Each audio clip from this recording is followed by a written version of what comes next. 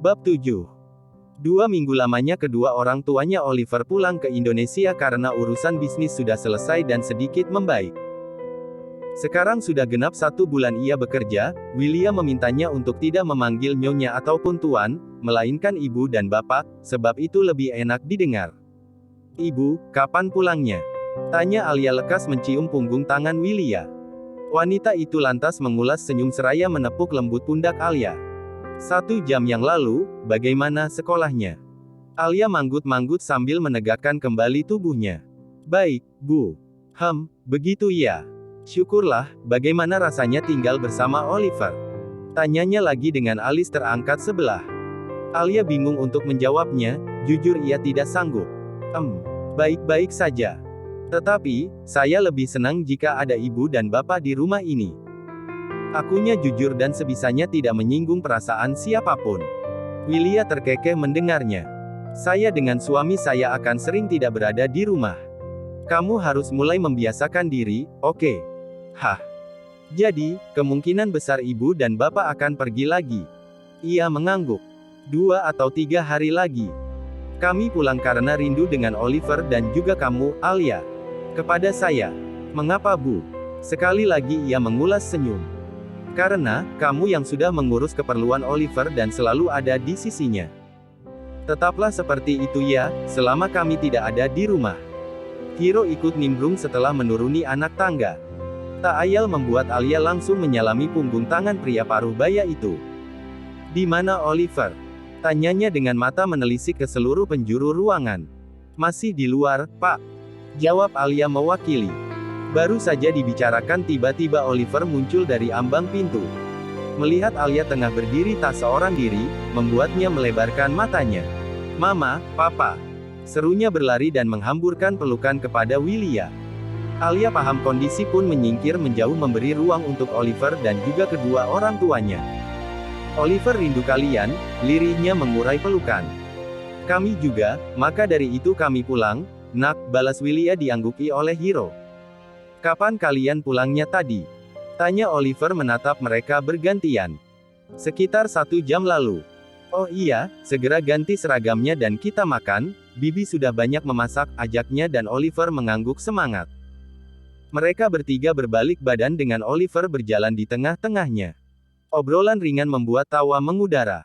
Alia masih berdiri jauh di belakang. Hatinya teriris, harmonis sekali mereka. Alia meletakkan tasnya di atas kasur, menyalakan kipas angin lalu duduk menghadap agar angin langsung menerpa wajahnya. Gila lo. Gak, sampai kapanpun gue gak akan batalin keputusan gue. Potong gaji ya potong gaji, gak ada keringanan. Tapi kasihan mereka. Pikirkan juga keluarganya yang ada di kampung yang sedang menunggu uang kiriman mereka. Bukan urusan gue. Salah siapa nentang peraturan gue? Tidak menentang, bukankah itu wajar? Saya merasa tidak apa-apa. Itu juga bagian tugas dari seorang pembantu bukan? Lo ngerti gak sih, Al? Mereka gak baik sama lo. Nyuruh lo pergi ke supermarket pakai uang tunai dan uangnya rata-rata recehan. Mereka ngejebak lo, bego. Itu sudah berlalu dan saya sudah memaafkan. Jadi, tolonglah jangan potong gaji mereka. Cek, bawel lo. Peduli amat sama mereka. Saya mohon Oliver, tolong jangan iya. Oke. Karena gue lagi berbaik hati gaji mereka gak gue potong. Kalau kejadian itu keulang lagi, gak gue potong tapi pecat sekalian. Terima kasih, Oliver. Kamu memang yang terbaik. Kelopak mata kembali terbuka lebar. Keringat di wajahnya mulai mengering dan gerah sudah tidak terlalu ia rasakan. Berganti seragam dengan pakaian rumahan, ia menghampiri mereka di dapur yang sedang duduk sambil bercerita. Alia, sini. Panggilnya melambai tangan. Ia duduk sambil tersenyum tipis. Maaf Alia gak sempat bantu memasak. Gak masalah, bagaimana dengan gaji kami? Aman. Saya sudah membujuk dan Oliver dan dia mau. Alia menatap satu persatu wajah pembantu itu. Lantas mereka berbinar dan tidak berhenti mengucapkan terima kasih untuknya karena bantuannya mereka bisa mengirimkan uang gaji ke keluarga yang ada di kampung. Saat membereskan piring kotor di meja, Alia dikagetkan oleh kedatangan Oliver secara mendadak dan berdiri di belakangnya. Udah makan? Tanyanya to the point. Sudah, barusan saja. Jawab Alia sambil membawa setumpuk piring. Mana ya? Alia, biar saya aja yang bawa. Melihat kedatangan sang majikan muda, sontak membuatnya terbirit untuk segera menghampiri Alia dan mengambil alih piring di tangan gadis itu. Kok udah kesini? Memangnya makannya sudah selesai? Tanya Alia seraya memiringkan kepalanya. Sudah. Sini gak apa-apa, biar saya yang bawa ke wastafel. Jawabnya ngos-ngosan. Oliver diam menyimak. Matanya terus memancarkan aura menyeramkan. Ia melenggang pergi keluar rumah. Susulin sana, dorongnya pelan sambil menatap panik. Maaf saya tidak bisa bantu lagi. Gak masalah, ini bisa saya tangani sendiri. Sesampainya di teras, ia melihat Oliver sedang menarik selang dan siap mencuci motornya. Ia menatap tanpa minat untuk mendekat. Sini lo, panggil Oliver. Ah, iya. Begitu sampai sebuah ember juga selang yang barusan Oliver tarik diberikan kepada Alia. Cuci motor gue sampai bersih. Masih bersih, kok. Kata Alia menatap bodi motor. Kotor, tuh banyak debu. Buruan. Titahnya memaksa dan mendorong Alia sedikit kasar. Ish, jangan didorong juga. Nanti saya jatuh, sungut Alia menatap sebal. Bodoh. Oliver berdiri sambil bersedekap dada, memandori Alia yang mulai menyemprot air selang ke atas motor. Menyenangkan juga, ya. Pelan. Airnya muncrat kemana-mana itu, tegur Oliver. Alia tidak dengar.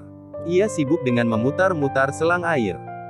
Berdecak kesal karena bajunya ikut basah terkena cipratan air, ia mendekat dan menarik selang dari belakang. Rasain lo. Aduh. Alia menutupi wajahnya yang terkena air. Oliver tersenyum miring melihat baju Alia yang ikut basah. Kita satu sama. Ujarnya menyudahi. Alia mengelap wajahnya kasar. Menatap ke arah Oliver yang sedang berdiri di hadapannya. Kok saya disemprot sih? Kesalnya. Lo duluan, lihat baju gue basah gara-gara lo. Saya kan gak sengaja, ngapain kamu berdiri di situ? Kurang kerjaan. Berani lo sama gue. Dari lantai atas jendela kamar kedua orang tua Oliver terbuka lebar.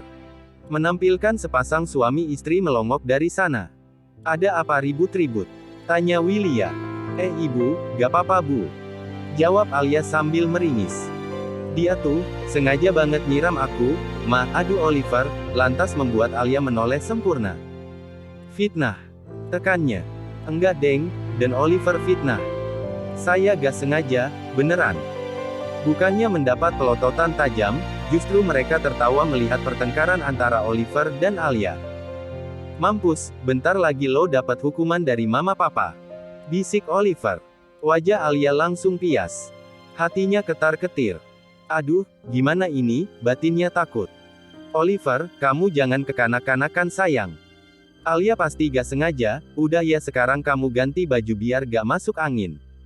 Lerai Willia. Alia beryes ria dalam hatinya. Sedangkan Oliver mendesah kecewa. Kok malah dibela sih?